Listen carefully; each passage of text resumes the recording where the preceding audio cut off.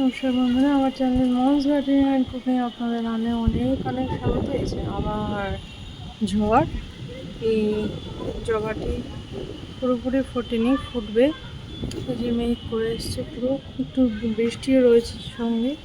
এই বোগেনভিলিয়াটা এত শত্রুতা শুরু করে দিয়েছে এর সঙ্গে। এই যে ডালটিকে নিচে ঝুলেছিল, ভালো লাগছিল দেখতে, কিন্তু বাঁধতে হলো, একেবারে ভেঙে যাবে নইলে।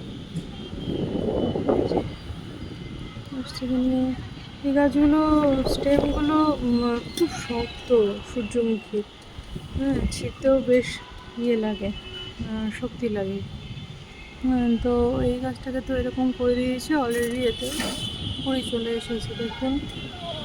আশা করি দেখাতে পারছি। হ্যাঁ, তো বন্ধুরা প্রচণ্ড জানলা খুলে রাখা যায়, করে যেন নষ্ট না হয়। ভীষণ মায়া হচ্ছে, খুব মায়া হচ্ছে। মানে এবার আমি গাছটিকে তো একদম এইটুকু একটা ডাল এসেছিলো, তো আমি এটাকে পিঞ্চিং করে করে এই অবস্থায় নিয়ে এসেছিলাম। একটু ফুলটা দেখবো জন্য এই টাইপের ফুলটা নিলাম, নাহলে আমি আরেকটু বড় করারই চেষ্টা করছিলাম।